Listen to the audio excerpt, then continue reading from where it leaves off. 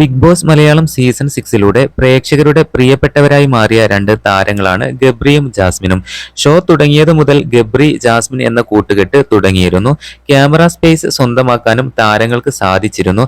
ആദ്യ ദിവസങ്ങളിൽ തന്നെ പ്രേക്ഷകരിൽ നിന്നും വിമർശനങ്ങളാണ് ഗബ്രിക്കും ജാസ്മിനും കൂടുതലും ലഭിച്ചിരുന്നത്. ഇരുവരും സൗഹൃദത്തിൽ ആയി എന്നതിനു പുറമെ പ്രണയിതാക്കളെ പോലെ പെരുമാറി എന്നതായിരുന്നു കുറ്റം. എന്നിരുന്നാലും ലക്ഷക്കണക്കിന് പ്രേക്ഷകരുടെ പിന്തുണ ഇവർക്കും നേടിയെടുക്കാൻ സാധിച്ചു എന്നുള്ളതാണ് സത്യം. ബിഗ് ബോസ് മെറ്റീരിയൽ എന്ന് പറയാവുന്ന രണ്ട് മത്സരാർത്ഥികളായിരുന്നു രണ്ടുപേരും. മത്സരം പൂർത്തിയാക്കാൻ കഴിയാതെ ഗബ്രി പുറത്തായപ്പോൾ 100 ദിവസം നിന്ന് ഫിനാലയിൽ എത്തിയിട്ടാണ് ജാസ്മിൻ പുറത്തേക്ക് ഇറങ്ങുന്നത്. എന്തായാലും ജാസ്മിൻ 3ാം സ്ഥാനം നേടിയാണ് ബിഗ് ബോസിൽ നിന്നും ഇറങ്ങുന്നത്.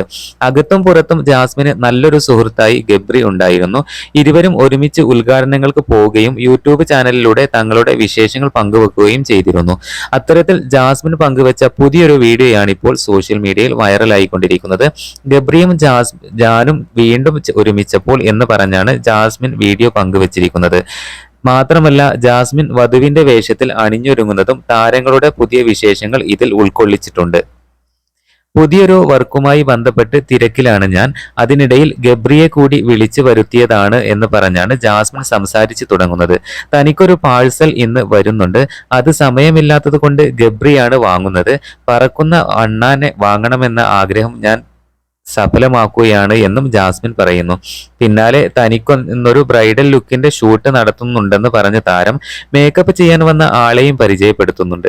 മുമ്പ് എന്റെ കല്യാണം തീരുമാനിച്ചതിന് ശേഷം മേക്കപ്പ് ചെയ്യാൻ വേണ്ടി ബുക്ക് ചെയ്തിരുന്ന മേക്കപ്പ് ആർട്ടിസ്റ്റാണിത്.